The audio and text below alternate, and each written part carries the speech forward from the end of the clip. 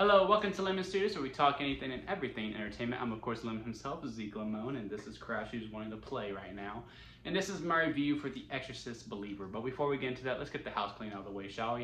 I'm gonna need you to leave a like, comment below, let me know your thoughts on The Exorcist Believer, and also hit that subscribe button, as I am trying to grow into my YouTube career, and all that really helps. Now, with all that out of the way, let's get into the review, shall we? So, first things first, let's talk about the original, The Exorcist. To me, that is one of the greatest movies of all time. It was my first scary movie, and it scarred me, and it made me scared of scary movies until maybe 2009. Like, I don't remember the first time I saw it, but it took a long time before I watched another scary movie, which was Paranormal Activity, and that's when I started loving horror, and horror is still my favorite genre to this day. And The Exorcist is a big part of that, because after I was able to get over the scares and actually really watch the movie, it is a masterpiece. It deserves to be the first horror movie to ever be nominated for an Oscar, and all the other things that is said about the movie. It truly does. So going into this one, was I ever really expecting that? No. And I do think if you went into this movie expecting that, The Exorcist, I think you did yourself a disservice if you truly did. And also to David Gordon Green, I think he is a good director. When he does have only one shot, meaning right now this is your only movie. We're not guaranteeing anything. This is your movie. You need to this is what you're doing.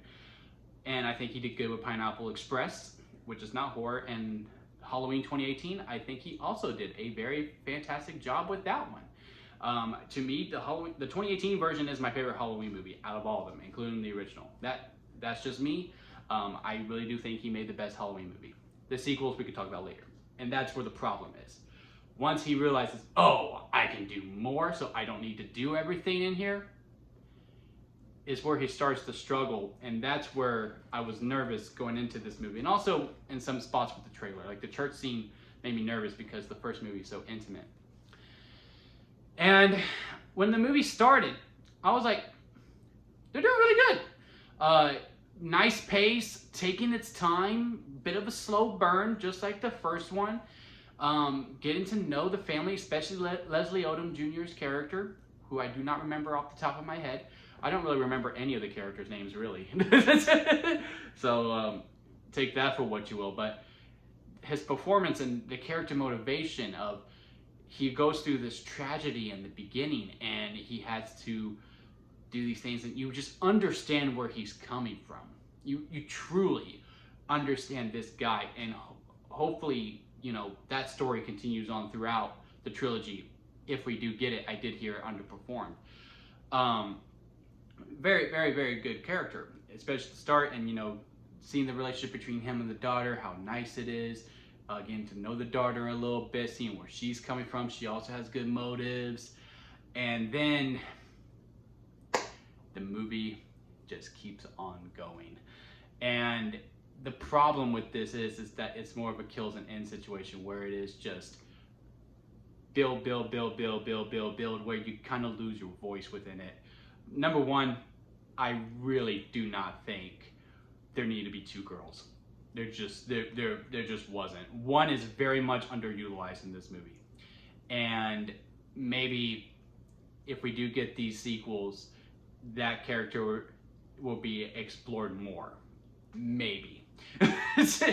But in this movie, very underutilized, where I just kind of had myself thinking, I was like, so why does there need to be two demons? Why do two girls need to be possessed? Also, look, it's very, very cool that the mom from the first movie shows up in this.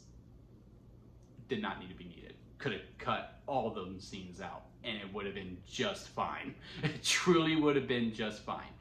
And also, just within the world building itself, don't really feel like we need it, and that's where that's really the only problem with this movie. And you know, the possession, they get to the conclusion of possession way too fast, and you know, it brings up a nice debate. And I really do think this movie needs to explore the debate more, which what the first one did quite a bit, where it took a lot.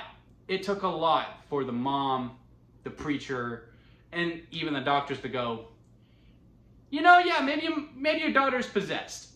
And this was in the 70s, where religion was just really mainly like, yeah, no, God exists, so does the devil, and all this stuff, where most people existed, and yet there was a debate of, well, maybe she's just crazy, maybe she's psychotic, you know. But no, it takes a long battle until they're like, yeah, no, your daughter's possessed by a demon. We need to get an exorcism going on over here. In this one, they have one with the two girls. One family does not believe. One family does believe. And it's not really explored that much of that conflict. Like, it's touched upon, but it's never really explored. And it's just like, yep, possession. And then here we are, we're off to the races. And then it's just a race. Then it's just a rush, really. It's not even a race. It's a rush to the possession scene. And they also want to add in all these other religions as well, which is cool. I like the concept of it. Of like, yeah, no, exploring the other different religions and how they deal with exorcisms and what's the similarities, what's the differences, and all that. And where this final possession goes, because in some spots it's really good, in some spots it's not, because it's more than just the Catholic Church in this time, which is cool. It's a very cool thing to explore. It's just way too many ingredients in the pot, where you just lose its flavor, and it just did not leave me satisfying within this movie. If this was a TV show, okay, let's say this was on Netflix, or hell, it's one of those Netflix trilogies like Fear Street. Let's go with that. If this was on a streaming service and it was like Fear Street, where yes, you're gonna get the trilogy, but you're gonna get it within weeks, oh, I'd be tuning in next week. I'll be like, all right, yeah, I'm ready. This is a good first episode, if you will. But it's not that. This is a theatrical release where a sequel, if you get it, because again, I heard the movie's underperforming, and it's not being receptive that well either. The 20% with critics is a little rough. It's not that bad. It's not horrible by any means. Like I said, there is fun to have in it, but the audience rating, which I believe was in the 40s and 50s, that's more fair. that is much more fair. But if it's on streaming, I think it is much more receptive. And again, if this trilogy was coming out back to back weeks, oh, I think we would have had something cooking here, because at least I know it's already filmed. But since it's in theaters and it has to perform well and the audience reception isn't there, I don't really know if we're gonna get it. I truly don't, which just leaves me disappointed, because this movie had potential, and maybe this trilogy had potential if I didn't already know it was a trilogy going into it. And it just suffers some sequelitis, and it's very sad, because again, this could have been good. At points it had potential to be great. Like I said, during the first half, seeing these relationships being built and the minor touches of conflict of the believe and not believe, especially if you see the trailers where the girls go missing, it's very interesting to see.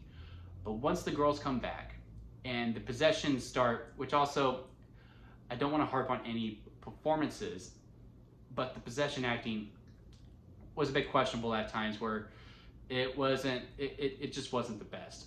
I mean, no one's going to compare to Reagan in the first movie, but this one was like, okay, in some places where it was just like, all right, could be just that we're immune from it because we had so many possession movies at this point.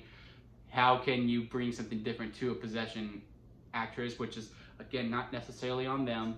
It could also be the direction of David Gordon Green. But once it gets to that point, and then they get to the conclusion that is possession, which again was way too fast for like much more debate between, is this possession or are they just psychotic? It starts to really lose momentum quite a bit, where at the end of the day, I just feel disappointed. It's not bad, but it's not good. And if it's going to be ranked on the lemon scale, this is where it goes sour lemon, expired store-bought lemonade, freshly lemonade, freshly squeezed lemonade, and then strawberry lemonade at the very top because it's the best kind of lemonade. This is between expired store-bought and store-bought lemonade. Like, it's on the expiration date. It is very much on the expiration date, which it says best used by that date, so I guess it's really good store-bought lemonade, but okay, it's 2 days past the expiration date on expired store-bought lemonade within the lemon scale. Because if you were to come to me and say, yeah, we're thinking about going to go see The Exorcist Believer, it's like, okay, you could probably have some fun with it. Because again, I do think there is great promise within this movie and the performances are great. However, if you're like, hey, Zeke, should I go see The Exorcist Believer? I'm going to say no. it's a movie I cannot recommend, but it's not a movie I will stop you from seeing and saying, I don't recommend that, if you told me you were going to go see it. But if you're going to ask me to go see it, I'm going to tell you no. And yeah, that's kind of where I stand with it. I am curious to see where it goes. So for a first movie, that is what it's supposed to do. He wants to be on camera. That is what it's supposed to do. However, as a movie as a whole, just disappointed with it. But yeah, comment below, let me know your thoughts of The Exorcist Believer. If you even saw it. If you didn't see it, tell me why you didn't want to go see it. And until next time, guys, I'll see you here at Lemon Studios.